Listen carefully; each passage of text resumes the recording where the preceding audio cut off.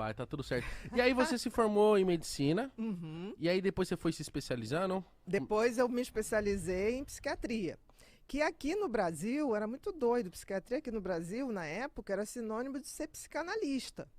Né? Que é aquela coisa que tudo é causado pela infância, que teu pai, tua mãe, tá, tá, tá. Aí eu fui fazer a tal prova de psicanálise e fui reprovada.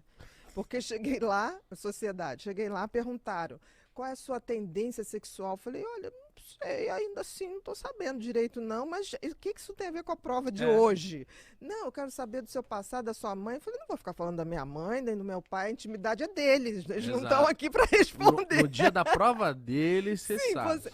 E aí, é claro, a mulher olhou para mim e falou, olha, você não tem capacidade para ser psicanalista. Eu falei, tá bom. Aí, na hora que eu estava indo embora, falou assim, mas também tu não vai trabalhar com psiquiatria nesse país.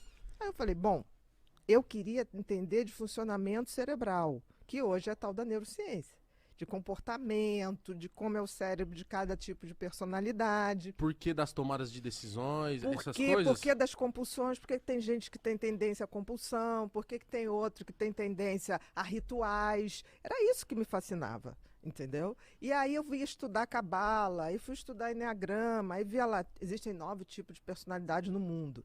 E aí eu tentava botar aquelas personalidades com os transtornos e batia muito. Eu falei, cara, tem uma verdade que é universal, né? E aí, o que eu fiz? Fui estudar fora, aí fiz neurociência, que é medicina do comportamento. Estudou onde? Eu fiz 2 cursos em Chicago. Caramba. Aí fui. Frio? Muito. Bem mais que São Paulo.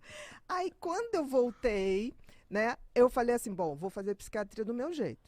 Aí eu comecei a pedir todos os exames, tipo assim, a minha consulta, primeira vez, dura 2 horas, 2 horas e meia, já Caramba. teve até mais tempo. E aí, fora isso, eu peço uma bateria de exames que vai neuroimagem, mapeamento cerebral, dosagem de neurotransmissores que teu cérebro produz, é uma bateria. Eu digo que a pessoa que se dispõe a fazer o protocolo de exame está apta a ser atendido. Caralho. Por quê?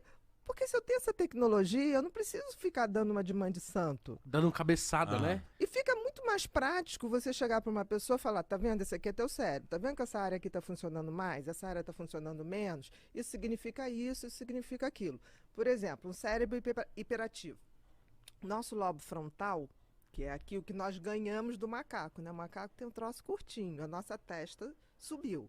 O lobo frontal é o grande maestro da orquestra cérebro. O que é maestro da orquestra cérebro? Tudo no cérebro é pensamento. Então, é ele que dá a velocidade e a quantidade de pensamentos. Então, quando você não consegue prestar atenção numa coisa, é porque teu lobo frontal não está conseguindo filtrar o excesso de pensamento e falar assim, presta atenção aqui. Não, ele fica... É como se ele viesse sem freio.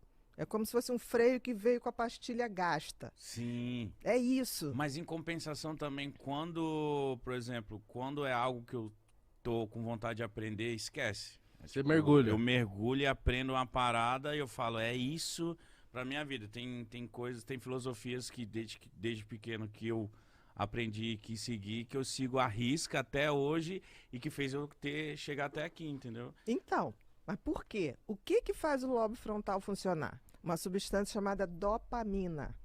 Então, quem tem hiperatividade mental produz menos dopamina de nascença. Então, esse freio está sem freio.